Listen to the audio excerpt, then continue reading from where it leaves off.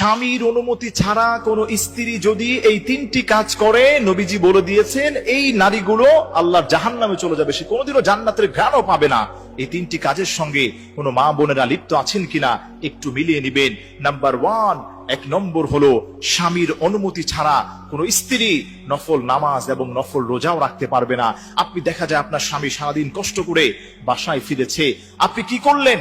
তার সেবা শুশ্রূষা না করে আপনার নিজেরই শরীর ক্লান্ত হয়ে আছে, কারণ আপনি নফল রোজা রাখছেন, নফল নামাজগুলো পড়ার কারণে আপনার শরীর দুর্বল হয়ে আছে। এখন স্বামীর খিদমত যে আপনি করবেন এই সুযোগ আর সময় আপনার হচ্ছে না। এই অবস্থায় যদি আপনার স্বামী কষ্ট পেয়ে যায়, এই অবস্থায় যদি আপনার স্বামীর হক আপনি আদায় না করতে পারেন, আল্লাহ তাআলা কিন্তু নারাজ হয়ে যাবেন। আর আল্লাহ তাআলা যদি নারাজ হয়ে যায়, আপনার জন্য জান্নাত হারাম হয়ে যাবে, জাহান্নাম ওয়াজিব হয়ে যাবে। এজন্য খবরদার। অনেক মা বোনেরা সমাজের মধ্যে এমন আছেন, আমাদের কাছে ফোন করে, হুজুর আমি তো এত বেশি বেশি নফল রোজা রাখি, এত বেশি বেশি নফল নামাজ পড়ি, আমার চেয়ে বড় বুজুর্গ আর কে আছে?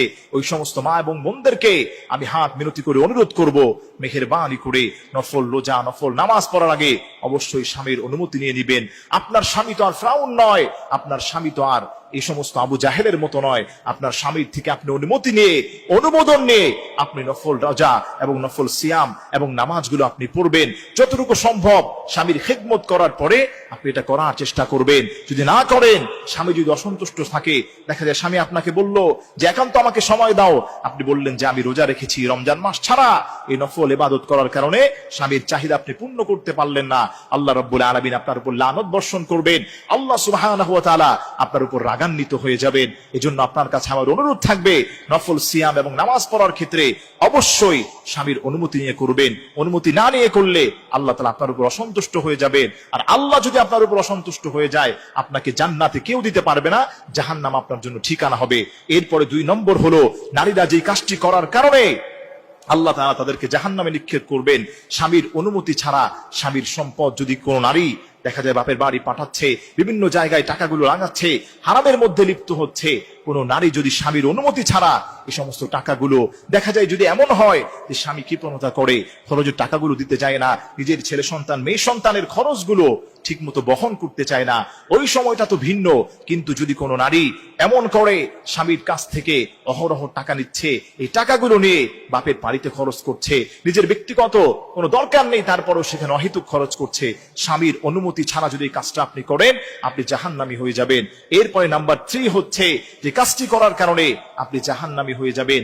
অনেক নারীরাই আছে চাকরি করার জন্য পাগল হয়ে যায়। আমরা চাই আমাদের মা বোনেরা ডাক্তার হবে, ডক্টর হবে, ইঞ্জিনিয়ার হবে, তাদের দরকার আছে, কিন্তু হিজাব পর্দা মেনটেন করে তাদেরকে এটা করতে হবে, স্বামীর অনুমতি নিয়ে এটা করতে হবে। স্বামী অনুমতি দেয় নাই, অনেক মেয়েরা আছে স্বামীর সঙ্গে হাসি খুশি ভাবে কথাও বলে না, কথা বলতে গেলেই রাগান্বিত হয়ে যায়। রাস্তা ঘাটে যখনই সে অপর পুরুষের সঙ্গে, অফিসের কলিগের সঙ্গে কথা বলে, ওই সময় তার মুখের মিষ্টতা বেড়ে যায়, হাস্যোজ্জ্বল তার চেহারা দেখা যায়। খবরদার প্রিয় মা বোনেরা, এটা আপনি করবেন না। স্বামীর অনুমতি ছাড়া যদি আপনি এই কাজগুলো করেন, আল্লাহ তাআলা আপনাকে জাহান্নামে নিক্ষেপ করাবেন, আপনি কশ্চিন কালেও জান্নাতের ঘ্রাণও পাবেন না। এজন্য আপনার কাছে আমার অনুরোধ থাকবে, 1 নম্বর হলো নফল সিয়াম এবং নামাজ পড়ার ক্ষেত্রে অবশ্যই স্বামীর অনুমতি নেবেন। 2 নম্বর হলো স্বামীর মাল খরচ করার আগে তার অনুমতি নিয়ে করতে হবে।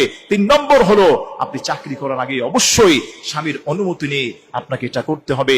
না করলে আল্লাহ কিন্তু নারাজ হয়ে যাবেন। স্বামী কষ্ট পেলে, তার স্বামীর হক আদায় না করতে পারলে আল্লাহ তাআলা আপনাকে জাহান্নামে নিক্ষেপ করাবেন।